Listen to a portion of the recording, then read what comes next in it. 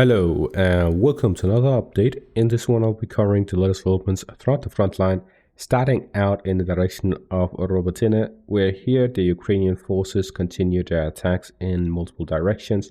They start out with their focus on the Robotyne direction, where they send reinforcements to ensure that they have control over the village after the recent Russian counterattack, which made them worry about their flank, and as such they sent some reinforcements to secure the flank.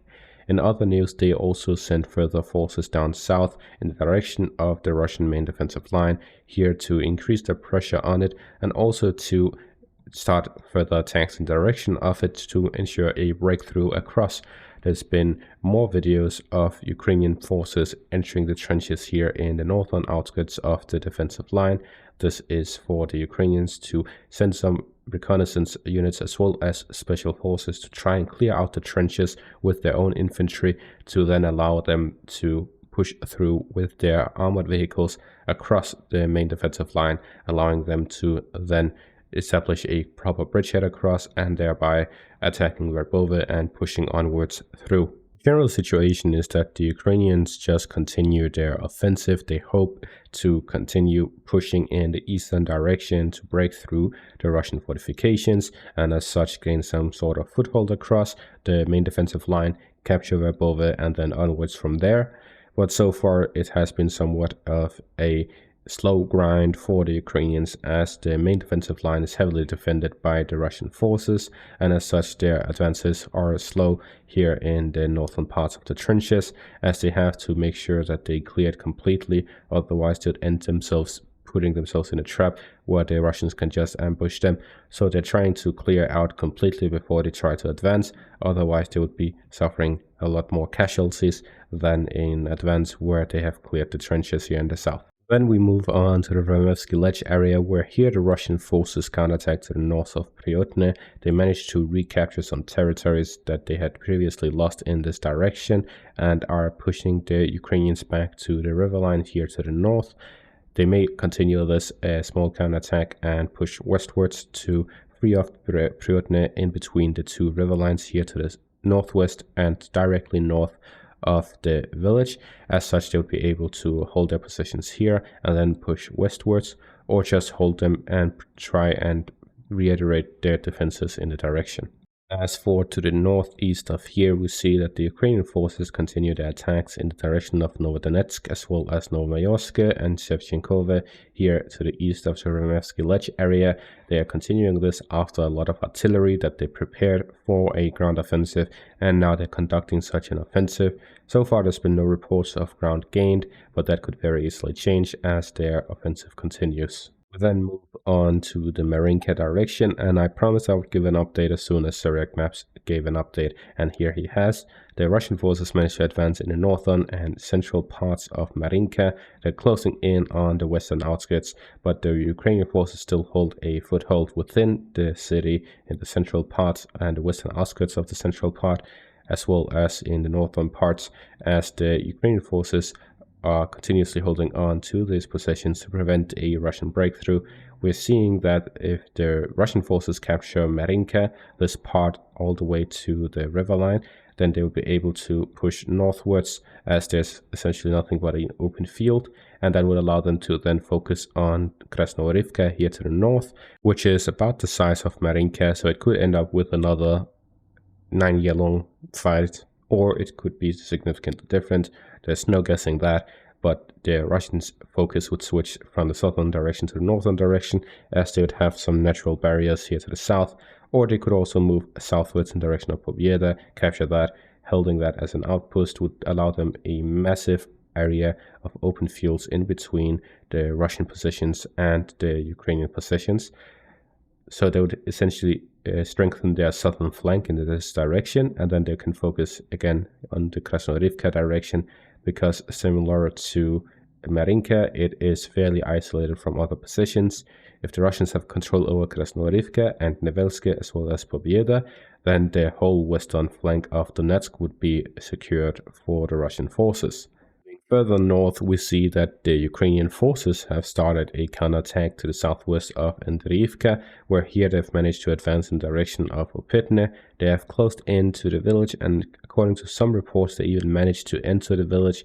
But so far, the Syriac map update shows that they are close to it and not entered it. Russia still has full control over the village of Opytne here. And we can see that to the south of it, there's the river line. This is what made it very difficult for Russia to capture it in the first place. And now when they are defending it, this could also prove a major issue for the Russian forces, as supplies will have a difficult time crossing through under Ukrainian fire. But what we're seeing is that they managed to counterattack in this direction, recapture some lost positions, and now put some heavy pressure on Opytne, as it is isolated from all sides. On to the Bakhmut direction, where here we see that the Ukrainian forces managed to advance further south of Andriivka. This seems like a Wagner strategy where they would go through the railway roads down to the areas they wanted to go to. Similarly to northwest of Bakhmut, their Wagner forces would go through these railroads all the way down to Bohdyanivka. This was back when they held this territory by the road.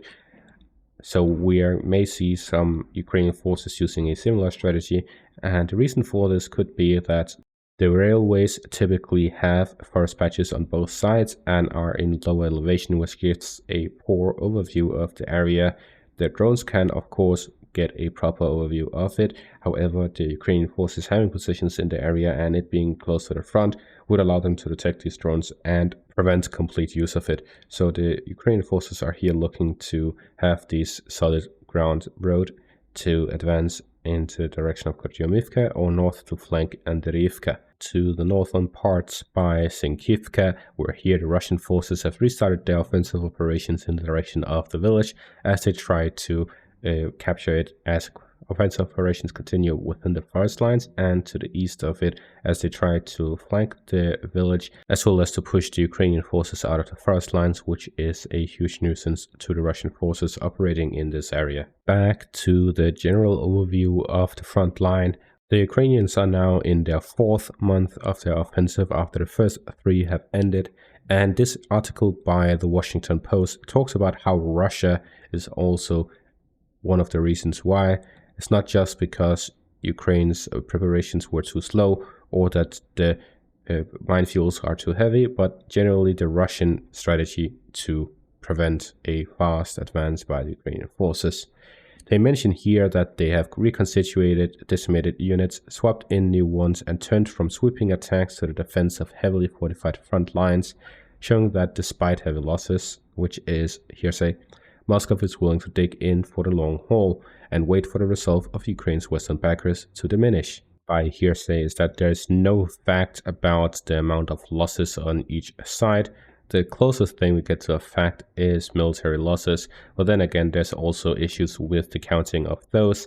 So the only thing that is clear enough to be said is that whoever tells you one side has heavy losses and the other doesn't definitely has an agenda with that. So I'm not going to ever include losses as a part of my analysis, and thereby I call it hearsay because there's no clear evidence as to heavy losses. It's just something that they've heard from British Special Forces, the MI6, CIA, whatever. In the end, it doesn't matter because there's no basis on their analysis other than source, trust me bro. What is interesting is this graph which shows the territory gained and lost by the Russian forces from the start of the offensive until now in square miles, and we see that the Ukrainians first gained a major part of the territories back after the Russian withdrawal from northern Ukraine. Then we see some smaller gains. This was in the Kharkiv and Kherson offensives by the Ukrainian forces, and then we see here the Ukrainian launches their new counteroffensive, and as we can see, this is hardly any different compared to the Russian Bakhmut offensive with the Wagner forces. So the Wagner forces have been as successful as the Ukrainian forces have been in 3 months of their offensive. This shows that although the Ukrainian forces are heavily preparing for this offensive, they have spent so much time, they have dedicated 150,000 soldiers for it, they still didn't manage to outdo the Russian Wagner forces in Bakhmut, then we say, okay, it's because Russia has main defensive line, they have multiple lines, they have huge heat sweeps of minefields, this and that. Well, in the end, Bakhmut was a city, this is an open field. You get the point. Then comes the question, well, if Russia is so powerful, how come they aren't doing their own offensive, taking huge sweeps of Ukrainian territory? Well, here comes a quote from Napoleon. Russia is never as strong as she looks. Russia is never as weak as she looks. So, there we go. The Russians are clearly not as weak as the Ukrainians are making them out to be, or the West is making them out to be. Yet they're not as strong as is shown by what is happening. So, what is their power exactly? That is very difficult to ascertain. And here comes another quote by German military strategist Helmuth von Moltke. He says, "The Russians are not as smart as the French, but they're more cunning. The Frenchman sets a trap for you, but you see him doing it. The Russian sets a trap, and you can't figure out what he's up to. Either the Russian doesn't know himself what he wants, so how are you supposed to guess? Or else he wants something today, and tomorrow something else, the day after tomorrow both things at the same time, and on the fourth day nothing at all. It's very hard to fight an enemy who doesn't know what he wants." And this is what I've been talking about in many of my videos, many of my analysis. Russia seems like they don't even have a plan. They're just doing things spontaneously. Because looking at the general overview of the war, ever since the initial push, which was clearly planned, it has looked like they didn't have much of a plan, to now not having a plan at all. It seems that their whole objective is just to make themselves as powerful as possible, but what they actually use it for is hardly visible. We don't know if it's just because they keep changing their opinion, or whether they don't have an opinion at all. But in the end, we don't even know what will happen. We can only speculate. That's pointless. But we can go back to the front, look at the whole thing, and we see Russia is now outnumbering Ukraine on all parts except for the Siversk and Bakhmut areas, while the Ukrainians are attacking in the southern front as well as in the direction of Bakhmut. The Russian forces have minor offensive operations in the direction of Kupiansk in the western parts of Donetsk, trying to reiterate some of their positions in the south. So generally, there's a lot of fighting, there's a lot of movement. What we do know is that